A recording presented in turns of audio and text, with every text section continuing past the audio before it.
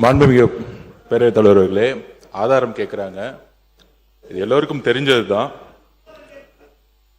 மது விலக்கு கொள்கைங்கிறது எங்களுடைய கொள்கை. போதையில்லா தமிழகம் எங்களுடைய கொள்கை.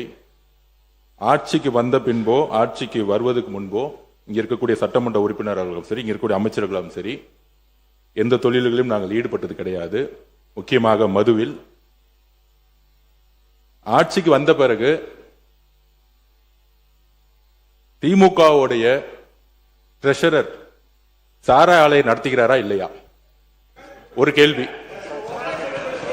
திமுகவுடைய பாராளுமன்ற உறுப்பினர் ஜெகத் ரட்சகன் சாராய ஆலையை நடத்துகிறாரா இல்லையா?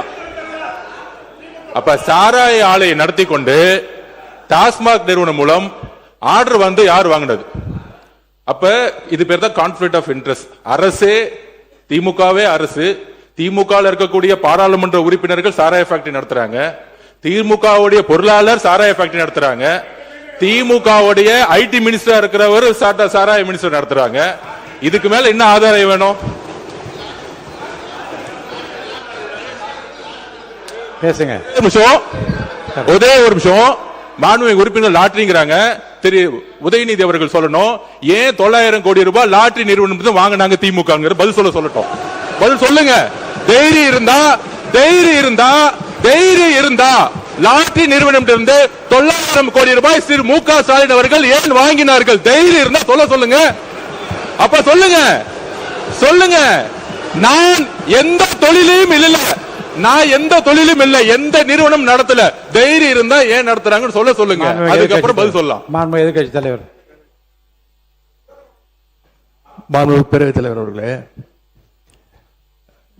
நம்முடைய அமைச்சர் அவர்கள் திமுக ஏன் லாட்டரி நடத்துகின்ற நிறுவனத்திடம் என்று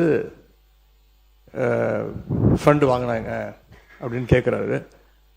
அது கொடுத்தது அவருடைய மாமனார் தான். அவருடைய மாமனார்கிட்ட கேட்டு அந்த விளக்கத்தை அவர் பெற்றுக்கொள்ள வேண்டும்.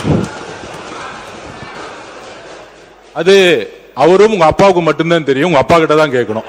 எனக்கு தெரியாது. அப்பாவை இங்க காணோம். வீட்டுக்கு போய் உங்க அப்பாட்ட கேளுங்க. உங்க அப்பா கரெக்டா சொல்லுவாரு. ஏன் வாங்கினாரு உங்க அப்பா சொல்லுவாரு. மாண்புமிகு கொறடா